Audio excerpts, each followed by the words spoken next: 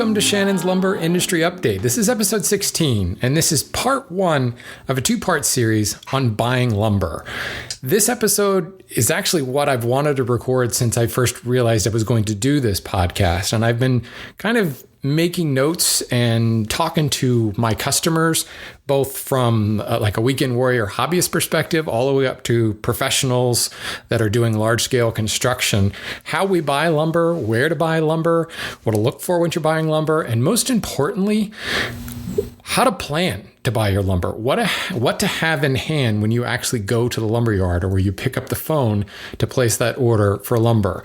I deal with this day in and day out, and it still surprises me just how little is known about buying lumber. And you can actually tell a lot from the commercial perspective. You can tell a lot about what the caller, if somebody calls in, what they do just by the terminology they use. Everybody has their own terminology. You know, if you are a home builder and you're doing siding, you're thinking in how many square you need. If you're a deck builder, you're also thinking in terms of square foot, or a flooring guy, you're thinking in terms of square foot. So you're ordering X square feet of a certain amount of lumber. If you're a furniture maker, you tend to think around board feet, but more often than not, they're thinking in terms of pieces, and they order by board feet because they've learned over the years that that's how the lumber industry buys. But there's really no common thread there, and there's a lot of confusion and a lot of people who are picking up the phone and not really knowing what they want and ordering blindly. And what that can do is lead to a lot of wasted lumber. It also can lead to a lot of dissatisfaction.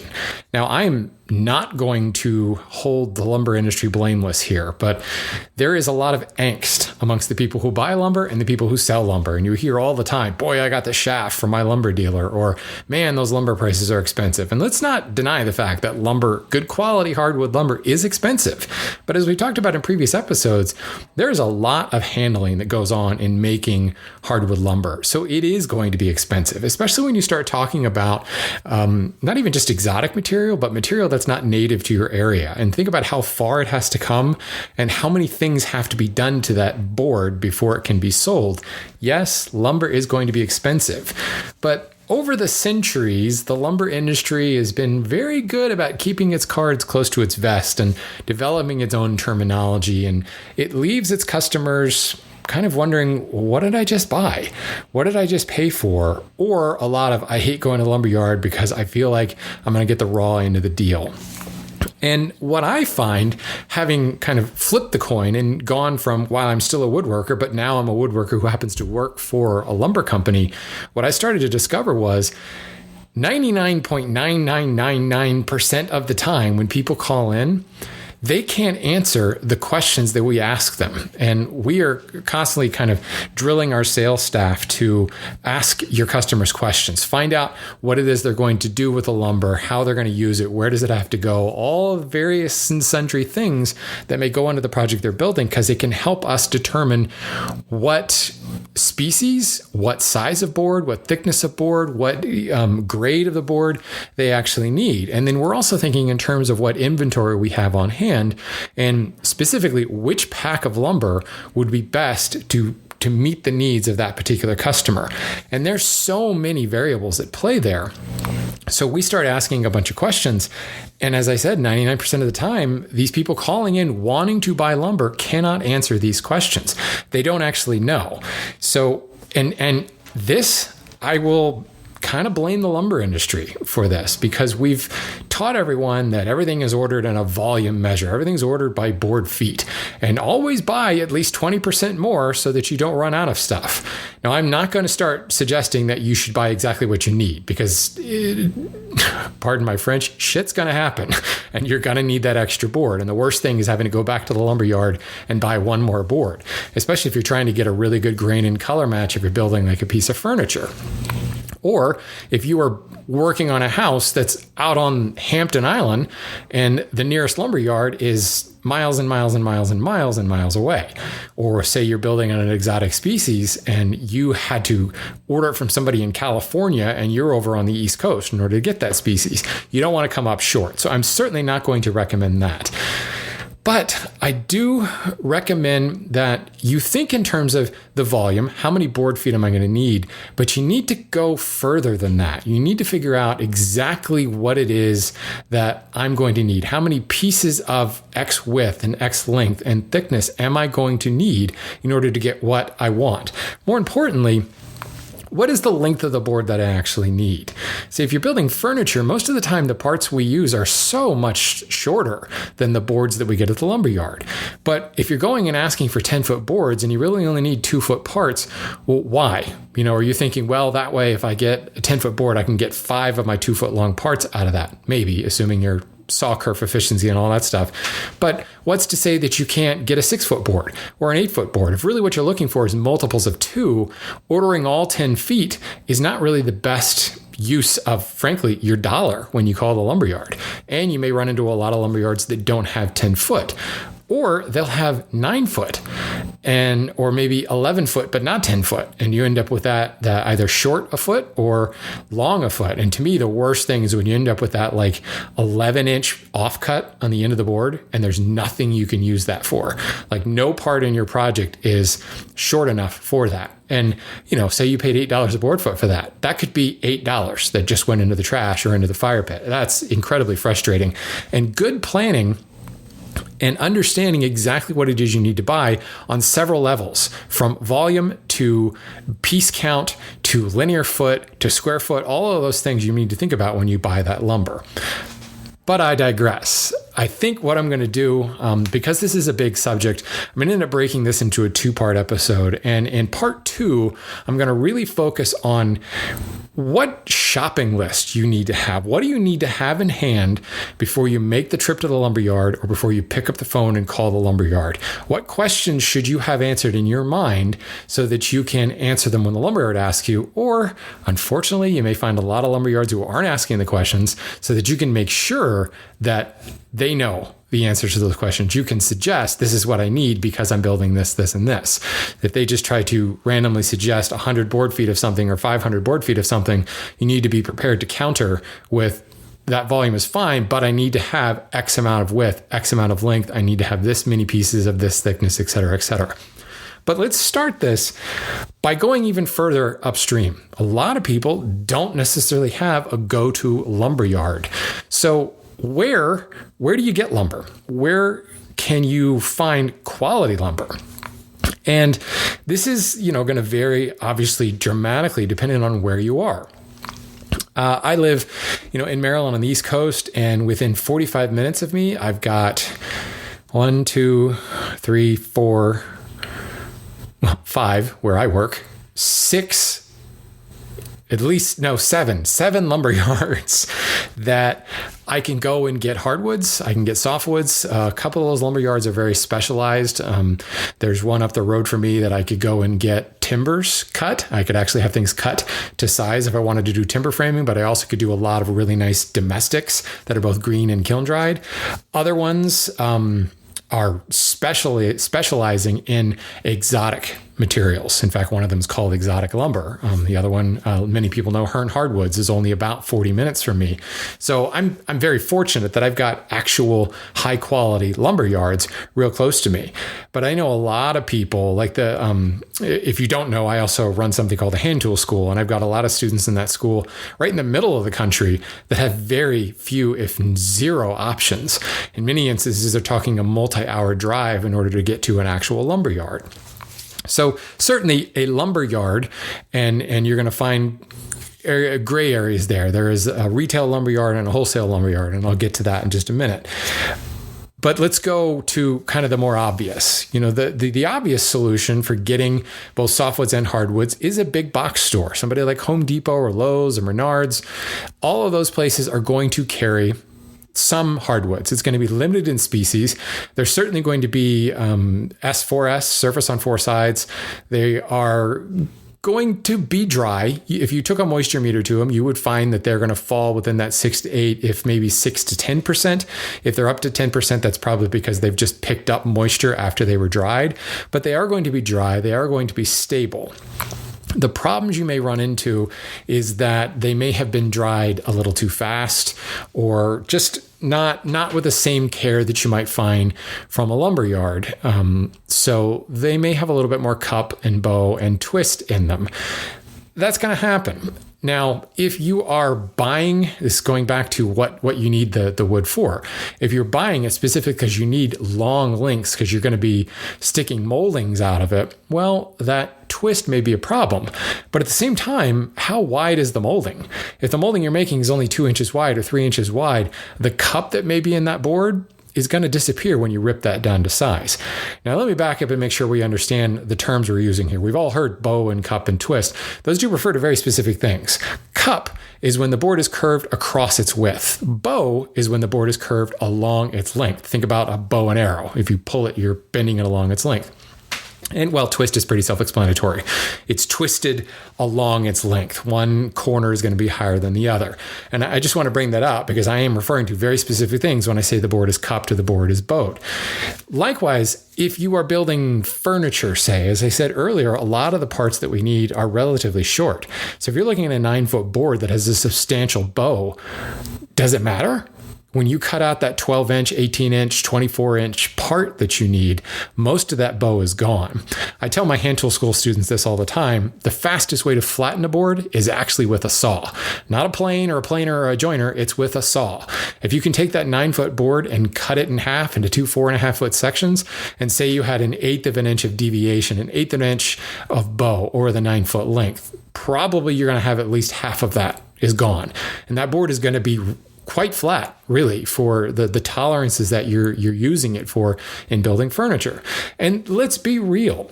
There are very few things in working with wood that requires super, super high tolerances.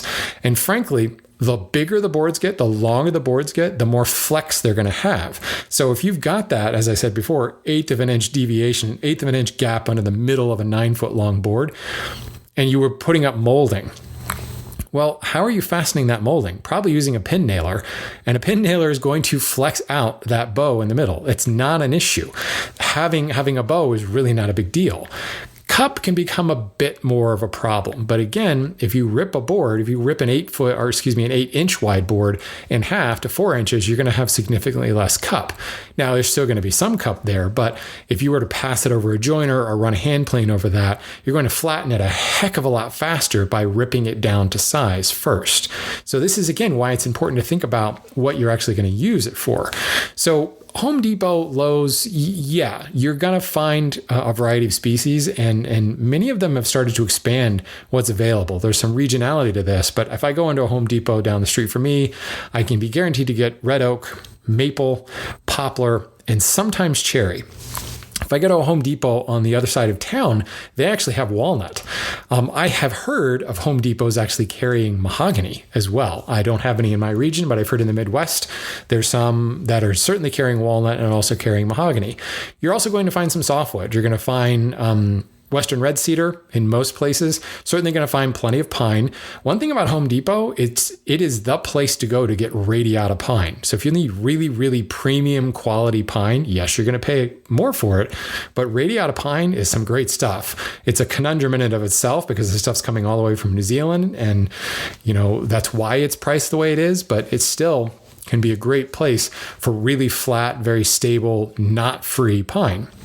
But you also can find some good quality, #1 select quality pine at Home Depot. The problem with the big box stores all comes down to how it was dried, how quickly it was dried, how long it's been stacked in a container, dead stacked, what kind of tension may be in the board that's causing a lot of that cup and bow and twist. But if that's what you have, that's what you have. And when you go to Home Depot or Lowe's, you have to be particularly cognizant of what it is you're going to use those boards for. And that's what we're going to get into in part 2, the being prepared with your shopping list. Now, another option, if you have an actual woodworking retailer like a Woodcraft or a Rockler, they're going to sell hardwood as well. Now, if you thought the lumber at the hardwood at Home Depot was expensive, go to Rockler and Woodcraft and you're going to find it's even more expensive because they are just one step further removed from the chain. Their lumber, for the most part, is at least S2S. Many times it's S3S with one straight line edge. Sometimes it's S4S, depends upon the species. And you have a much smaller selection because obviously a large portion of their retail facility is dedicated towards tooling and supplies and glue and all that stuff. And they've got just that little section in the back or off to the side that has some lumber in it. And, maybe they've got 20 species represented and 3 or 4 boards per species. Or depending upon how they bought it, maybe they got a deal on walnut. So suddenly they have a whole bunch of walnut for a couple of days because a shipment just came in. This stuff will generally be of a better quality than what you would find at Home Depot or Lowe's. The thing with Home Depot especially, well, and Lowe's as well, but they have a great deal of buying power. So they can dictate a lot of terms because they're just so huge. So 9 times out of 10, the sawmills that Home Depot and Lowe's are buying from are on a buying program. But they're specifically, the sawmill is specifically sawing material for that retailer because they need such large volumes of it. On the Rockler and Woodcraft side of things, these are individually franchised organizations. And this may not be true across the board, but I have a couple of guys in my day job who do buying of lumber for Woodcraft and Rockler, and they buy for their own individual store. And they're buying it just like any individual who would buy it, but they're buying a slightly larger volume. Maybe they're buying 200 board feet of 5 different species at one time. So, it's 1,000, 1,500, 2,000 board foot order, which in the grand scheme of things is not an enormous order, but it's certainly larger than what an individual would buy. So they can generally get a higher quality of material, but it's going to be kind of hit and miss. Sorry for the pun there, because it usually is hit and miss planed. It's going to be hit and miss on exactly what kind of sizes you're going to find, what kind of species you're going to find. So you need to have a very, very clear idea of not just board footage. In fact, I would never go into a Rockler or Woodcraft with a board foot number in mind because that's going to be ridiculous. You're going to be buying surface material. You need to go into a Rockler or Woodcraft with a part size in mind. This is the one time I would say go in with your parts list in hand. Probably not maybe your parts list in hand, but an understanding of the sizes of the parts you're going to need because that's how you're going to be buying that material. It's going to be already surfaced and, trying to buy it on an overall volume and taking into account waste is going to, it's going to hurt your wallet more than anything because the prices there are going to be probably the most expensive you're going to run across, and the volume, the available inventory is going to be quite low. But it is still an opportunity. When I first got started in woodworking, my local Woodcraft was the go-to place. I was building small projects, and it was the perfect place to go and buy like 1/4 inch and 1/2 inch thick pieces. This is before I had a planer. And, I was building boxes and such, and it was great. And I could go and I could buy weird species like Bubinga and Bocote and kind of experiment with it. And while it was still expensive, it wasn't so expensive because I was buying a 1/2 inch thick by 3 inch wide by, 18 inch long board. And that's a great opportunity to go and sample different species because they do have those small offcut sized bins, if you will. The next thing certainly is we haven't really talked about the lumberyard, but that's kind of the obvious one. If you have a lumberyard by your house and you can go and buy rough sawn lumber, although what I'm finding more and more, the retail lumberyards are surfacing a great majority of their material, or more importantly, they're buying it surfaced from a wholesale distributor like the company where I work. If they're buying it rough, a lot of times they are even surfacing it or skip planing it so that they can show the grain a lot more, because a lot of their customers are demanding that, and a lot of their customers may not have a planer. But there are going to be differences between the retail and the wholesale lumberyard. The wholesale lumberyard, obviously this is going to vary from one company to another, but they don't dislike small orders. It just can be a little bit more difficult. The wholesale lumberyard is not really set up logistically to handle small orders. They can certainly do it, but there are some concessions that have to be made. If you call a wholesale lumberyard and they say, well, we're wholesale only. The next question would be, well, what is your minimum sized order? Some of them will have right off the bat, 1,000 board foot, 500 board foot. Some of them will have it kind of depends upon the species. If you were to call the company where I work, there's going to be an answer for walnut, an answer for cherry, and a very different answer for teak. The price points will dictate a lot of that. And the volume that people buy is generally going to vary because that price point is quite a bit larger. But just because if say the lumberyard you call says, no, we only do orders 500 board foot and above. Well, do you have a friend? Do you have a woodworking guild or club in the local area? Can you get a couple guys together and come up with 500 board feet? Probably. If you think about it, most of the furniture projects I build are generally at least 50 board feet is what I'm buying. I've had several projects that I've had to buy 100, 120 board feet. So if you can get 5, 6, 7 guys together, you could probably come up with 500 board feet relatively quickly. The key to understand here, though, is you're calling that lumberyard and they're saying our minimum order is 500 board feet. You're going to come in with 500 board feet, but maybe 500 board feet in 6 different species, which becomes a lot more difficult for that wholesale yard to go and pull 6 different packs from 6 different sheds, bring them all together with a forklift, pick the 1 or 2 boards out of each pack to bundle up your particular order. Or if you actually want to hand select your boards, they have to pull out those 6 packs, let you go through them, then reassemble those packs, redo all the inventory skewing, ticketing, all of those particular species, and probably devaluing of the packs, because what happens is you guys went and pulled the cherry boards, cherry boards, the finest quality boards right off the top, and that may have reduced the overall grade of what's left. And that can be a little bit difficult. But if you're actually going and picking up the material and you're not asking them to ship it for you, you will find that a lot of wholesale yards are going to be a lot more accommodating for the smaller sized order. You may just need to get a couple of friends together in order to come up to meet their minimum. Or ask them, hey, I'm not going to be able to come up. I'm not even going to come close to needing 500 board feet. But if I come down there, can you get out a pack and can I go through it and take as much of the labor out of their hands? They may be amenable to that. Now, the other thing you have to think about here is there is a very real concern from a wholesale lumberyard about liability. These are not meant to be walk-in type facilities. These are not meant to be places where people are browsing through racks. So they're just not insured for that, to just have a non-employee wandering through their sheds. There are forklifts whizzing by left and right. It's a real concern. There's not even actually parking set up other than like 1 or 2 visitor spaces. And, if you've been to a wholesale yard, it's not exactly clear where you're supposed to go.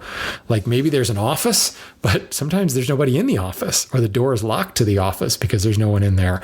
That's because they're not designed for the general public to walk into, and therefore are not insured for that as well. So it can be a very big concern for the wholesale yard. So even though you're saying, look, just get out a pack and I'll go through it, they still have to have someone there, because liability says that employee needs to be present. Usually the guy who ran the forklift brings it out and he's standing there waiting while you're going through the pack, because he has to put it back, and he can't leave you unattended and can't go fill some other orders, because eventually somebody's got to put that material back together and it's got to be rebanded and all that fun stuff. So there are some real concerns from a wholesale perspective. Generally, though, if you can meet their minimum board foot order and you have a well thought out and well organized order, which I'll get to in part 2, you can still buy from the wholesale yard.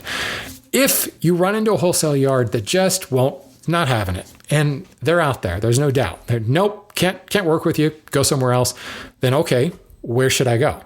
You're a wholesaler. Your job is to sell to people who are then selling to me. Who do you recommend? Where can I go? This is what I'm looking for. I'm looking for 50 board feet of cherry. Who would you recommend in the local area? They're probably going to know, and if the guy you're talking to is just being a jerk, well, it's easy to say walk away and don't give that company business. But if that's your only alternative, just you need to have a conversation with the guy and say, look, well, what would you do if you were me? Where would you go to get 50 board feet of cherry if you were me? There must be somebody you can think of. And if the guy on the phone just doesn't know, say, well, is there anyone else there who could know? Like, who's your buyer? Maybe talk to the buyer, because the buyer may be buying from a sawmill that would also sell to the general public. It may just be a matter of asking some additional questions. And I do realize that it can be difficult. You've got a guy on the phone, maybe he's being short with you, and you're calling on your lunch hour, and you don't want to be chasing a bunch of people around. It can be frustrating. There's no doubt. I have been there personally. I understand. But I know, and I'm speaking purely for the yard where I work. Well, and I can speak for a couple of the customers we work with pretty closely. If you have a strong idea of what you need, and you're courteous and you're being understanding, you can generally get some answers. We have had people who call in and we say, look, I'm sorry, we really can't handle an order that's less than 500 board feet. And they get like aggressive and really mad at us. And, on our end of the phone, we don't want to deal with that. It's like, look, I don't want to be yelled at. And, I'm not the one making the policies here. Don't yell at me because you can't come up with 500 board feet of lumber. But if the person says, oh, well, crap, there's no way I'm going to get 500 board feet of lumber. That sucks. Is there anything we can do? Oh, okay, that changes the tone a lot more. Well, what do you mean? Is there anything we can do? Yeah, well, and there are times where we have packs of lumber that used to be 1,000 board foot pack, and now, because material's been taken from them to fill orders, now it's down to 120 board feet. So the other question is, well, do you have any packs of cherry that are, under 500 board feet? Because if you go and buy the entire pack, most lumber yards are going to be organized in the fact that there is a tag, there is a SKU or a barcode associated with that pack of lumber. And if that pack of lumber is 128 board feet and you only need 80, but if you buy the whole pack, first of all, you might get a deal, because think about it. You've just reduced the amount of labor required. All the forklift driver has to go is go and pull that pack and drop it in your truck. And they're done. They don't have to unband it. They don't have to reband it when you're done. It saves a lot of trouble. They don't have to worry about breaking a SKU and then rebundling the SKU into something different with a different inventory count. It's just take that SKU off the inventory because I've sold the entire thing. And that is a great way to look at it. Most lumber yards are going to have some sort of computer inventory system. And if you've got a salesperson on the phone and you're running into that, no, I'm sorry, we can't do under 500 board feet, you turn around and say, well, look, what I really need is 80 board feet of cherry. Do you have any packs of 4/4 cherry? And that's important. You've got to know the thickness. You can't just say, do you have any cherry that's, packs of cherry under close to 50 board feet? Because the question will then be what thickness, 4/4, 8/4. And that's the other thing is, every pack of lumber is going to be by thickness. So if total you need 80 board feet, but you actually need 80 board feet that's a mixture of 4/4, 5/4, and 8/4, you really are talking about a retail lumber yard at that point. But it's worth asking the question, what do you have that's close to the volume I'm looking for that I could just buy the whole pack? And a lot of times there are a lot of these little scantling packs floating around the lumber yard. Because when a commercial order comes in for 600 board feet, and the guy goes out to the shed and he sees a pack of 100 board feet, a pack of 200 board feet, a pack of 500 board feet, 800 board feet, and 650 board feet, what's he going to do? Well, ideally, it would be nice if he would take the 100 and 200 and kind of piece them together to make that 600 board feet he needs. But more than likely, he's going to grab the pack that's 800 or 650 board feet, pull out everything he needs from that, and then put the leftover back into the shed, because it's a faster, easier way to fill that order. It's just human nature.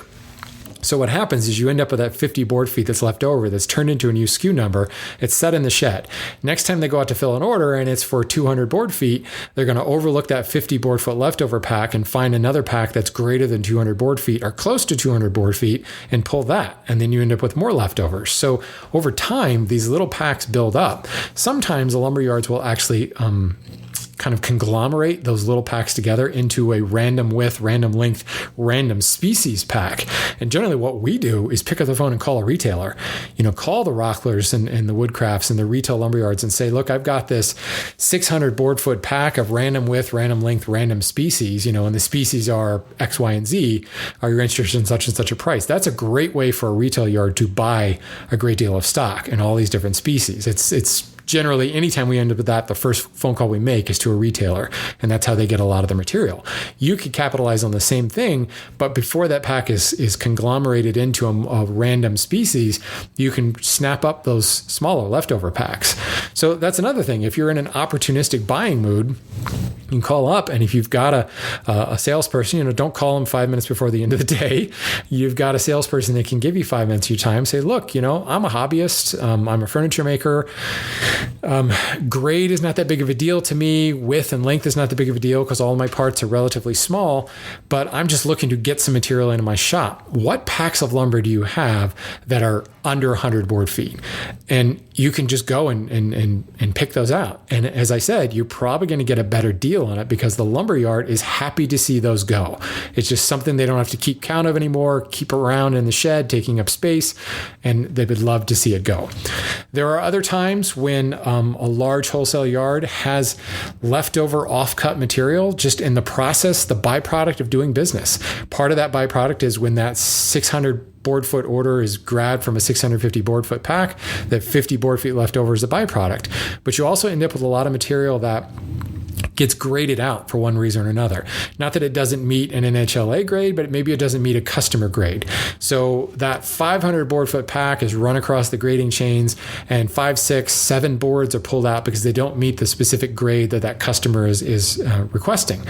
Well, those 5 boards, where do they go? A lot of times they'll go into a bin, and they stay in that bin until there's enough material in there in order to make a decent pack, and then it goes back out into the sheds.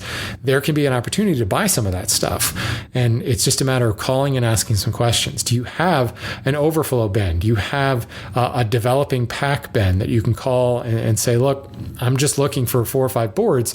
Can I come and pull out of that particular pack? And a lot of times you're going to get a great deal on those because many of those boards don't exist on inventory. In fact, I ran an online business called Hardwood To Go for 3 years. That was based entirely on that. Those leftovers, those outs that came from specific orders that didn't exist on inventory could be turned and sold retail. And really, it was almost 100% profit. So I could sell it at really good prices. Unfortunately, the thing that's always the issue with that, it was online and shipping became kind of an issue. But it is a very plausible way to go and buy lumber. So we've looked at the retailers, both from the big box stores down to the specialty stores. We've looked at the traditional lumber yards. The sawmill is another great place to go. If you have sawmills in your area, they are going to be willing to sell to you because they have a lot of lumber and a lot of different sizes and shapes and all kinds of stuff. They have a lot of offcuts. They've got all kinds of stuff floating around. They also have logs. You can go and buy a log if you want. The thing you have to think about when you go direct to a sawmill is what is the state of the lumber? Is it green? Has it been dried? Has any grading gone on at all? Is it going to be surfaced at all? There's a lot of different stuff that when you move upstream from the lumberyard to the sawmill that may not be there. Now, a lot of sawmills now have their own kilns because they've discovered that they can make a little bit more money. They can make a slightly higher margin by drying some of the material themselves. Some of it depends upon the species. Now, if you're buying material that is green, you're going to have to dry it yourself. You're going to get a great price on it because it hasn't been dried, but you do have to take into account that's going to need to be done. But sawmills can be great places to buy unusual species, your domestics that you don't normally see at a lumberyard, because that sawmill may be buying logs from tree removal companies, maybe getting logs from municipal type organizations taking down trees in city parks and along roadsides and things like that. You'll end up with some interesting species there. Any lumberyard that also has a sawmill is going to have kind of a more interesting variety of species available because they are sawing direct from the raw material. But you do have have to be very aware of what it is you're actually buying. You may get sticker shock in a very good way when you go to a sawmill and go, man, this stuff is cheap. But if it's super cheap, there's a reason for that. Something hasn't been done. The grade is off, the dryness is not there, something. There's all kinds of things that could be going on. It may not all be bad, and it may suit your needs, but just recognize when you go direct to a sawmill, there are going to be kind of a different set of questions, different set of things to be aware of. But buying direct from a sawmill can be fantastic. One of the lumber yards that I say is nearby me is actually a sawmill.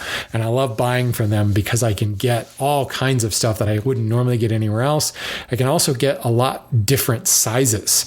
You go to a lumber yard and it's 4/4, 5/4, 8/4, 10/4, maybe 12/4. But say you want a 6x6 timber, or, you want shorts and things like that. These sawmills are going to have all kinds of variety of sizes. And it's kind of a candy store, if you will, but they're not everywhere. And especially these days, there's a lot of sawmills going out of business left and right. Here again, though, you can also go into a sawmill with the idea of doing kind of a cooperative buy and buying with 4 or 5 friends that you pull together. So what if you're left with a situation where I don't have any lumber yards nearby? I really don't have a lot of big box stores, and the quality they have is just total crap. Or I hear a lot of people just say, look, I'm done. I'm done with big box stores. I'm not going to buy from them anymore. Can't afford to buy from them anymore. I don't have a sawmill locally. I'm SOL. There is nothing. And I hear this a lot. I've got nothing around me unless I want to drive 4 hours. It's not really worth the cost of gas, to do that. Are you out of luck? No. Who is in your area? Do you have professionals, contractors, cabinet shops, anybody who uses wood in the products they make? They're buying it from someone. Now, they may be buying from that yard that's 3 and 4 hours away, but they're buying in a larger volume because they've got a commercial shop that's running. Can you buy material from them? Is there a kitchen cabinet company in your neck of the woods? Yes, they're going to be using an awful lot of plywood, but they're probably going to be using solid wood for their face frames. And they're probably going to be using things like maple and cherry and maybe walnut or birch, something like that. Oak, certainly. Can you buy from them? And making a phone call to a local cabinet shop and just telling them exactly who you are, what you're trying to do, you're probably going to find someone that can say, yeah, you can come in. Many times I've heard from a lot of people, I've advised a lot of people in the hand tool school to do this, who walk away with like a truck bed full of material for like $20. Sometimes no money at all. Now, don't go in being prepared to get a great deal. You want to go in and prepared to pay fair market value, but 9 times out of 10, they're happy to get rid of this stuff. And it's too difficult to keep it around. It's taking up space, and they love to be able to get rid of it. And many of the guys in the shop are woodworkers as well. And they've been where you are. And they're like, hey, we want to help you out. So it's a great place to go. Plus, it's just nice to have that local connection, because maybe next time they order from their lumber yard, their lumber supplier, you can add 100 board feet onto their order, get it delivered to them, and you come and pick it up. That's the same way we were talking about doing a co-op with 4 or 5 buddies from the local woodworking guild. You can do a co-op with a commercial business and add your 50, 100 board feet of whatever species onto their next order. It's not the same as being able to go in and get the lumber right then and there today, but calling them up and saying, hey, it's Bob. Remember me? I came in and bought some of your offcuts. Can I, when's the next order you're placing? Can I add on to that? I've seen it done many, many times. It's a great way to do it. It gets delivered right to their shop. You go pick it up at their shop. Certainly when it comes in, you want to get it off their hands as soon as possible. Don't leave it around their shop floor for 2 weeks, 3 weeks or whatever, because then it becomes a bad relationship and you don't want to be that guy. But it is a very viable way of getting lumber. So think about that. In your neighborhood, who are the people who are using wood to manufacture their products? Are they deck builders? Are they contractors? Are they cabinet shops? Do they make furniture? Do they make doors and windows? They're out there, folks, and they are using material and sourcing it from somewhere. So that's definitely a great place to go. Timber framers. I talk to folks about this all the time. If you have a timber frame construction company in your neck of the woods, it is a fantastic place to go and get material. Because you think about the typical home building scale, anything in a timber that's under like 8 feet long is an offcut. It's useless. Can't do anything with it. And usually 8 feet is getting pretty short. So the offcut pile at a timber frame construction company is enormous sizes of stuff that there's all kinds of cool things you can do with it. Now, granted, we're usually talking Douglas fir, but sometimes you're talking white oak timbers, other hardwood timbers. I've seen Spanish cedar timbers before, Western red certainly, but you're getting them in larger 4x4s, 6x6s, 8x8s that may require you to do some more stuff to them. Or say you want to build a workbench. Everybody loves workbenches, right? You want to build a workbench like a Roubo style workbench. You know how easy it is to laminate up a top when you're working with 8x8s? That's awesome. 6x6s, fantastic stuff. And if you think, well, I can't get that kind of timber, find a timber framer. Call them. They probably would love to have you come in and take some of the offcuts off their hand, just like buying from a cabinet shop. The next thing to talk to are the tree removal companies, the guys that come into your backyard and take the tree down, or reaching out to your local municipality, your city, and finding out who do they use, or do they have a tree removal division within the local government? What are they doing with the trees when they remove them? Now, a lot of times they're just going to be chipped up, but if you know, this is more with the government, with the local municipalities. If you know where they're going to be taking trees down, and you can talk to the foreman, you can go out and say, "Look, can I take one of those logs?" And sometimes you have to sign something saying we hold the city, harmless if there's bugs in this or whatever, and that's something to think about. If you're buying logs, you got to be worried about beasties. If you have the ability to saw it, if you're like Matt Cremona and can saw it into logs, great. You may know someone that can do that. Maybe you want to build with greenwood and you're just going to split that log into pieces. Or you can reach out to the sawmill network. I know if you go to Wood-Mizer, they have a directory of Wood-Mizer owners, and these people will come to you and saw boards for you. You may also find that a lot of these commercial tree removal companies have recognized that, hey, there might be some profit in taking these logs we take down and turning them into boards. And many of them have a Wood-Mizer type bandsaw mill on, back at their log yard, and they will actually saw it into boards for you. So which brings to the next point. If you find the tree removal companies, find out if they also sell boards. Many of them do. Or what they may do is they sell their logs to a sawmill, and you can get into the supply chain there and find out, well, who are you selling your logs to? Can I contact them? Now you've got a contact at a sawmill, and it's a way to get that. So you're just going further upstream. You're going back to the source, literally to the log itself, finding out who's taking down these logs at the neighbor's yard and what do they do with it. Most of the time, they are going to be bucking that log into shorter sections so that they can just load it into their truck. But if they know that they have an interested party in the log itself, and you can reach out to that company, say you call that tree removal service and say, "Hey, I'm looking for boards," and well, we don't really do that. Well, are you going to be taking any trees down? Can I buy the log from you? Great. Where are you going to be? And if you're there and prepared to pick it up, a lot of times they can actually move that log for you and drop it in a trailer for you. Now, once you've got it, it's up to you to figure out what to do with it. Again, maybe you're just going to split it and you're going to use the green wood and you're going to use it for steam bending, or somebody with a bandsaw mill, or you've called somebody and you've got an appointment for them to come out and saw either at your premises, or you've already got the log on a trailer. Maybe you take it to them and have it sawn into boards. That is another option that you can take advantage of.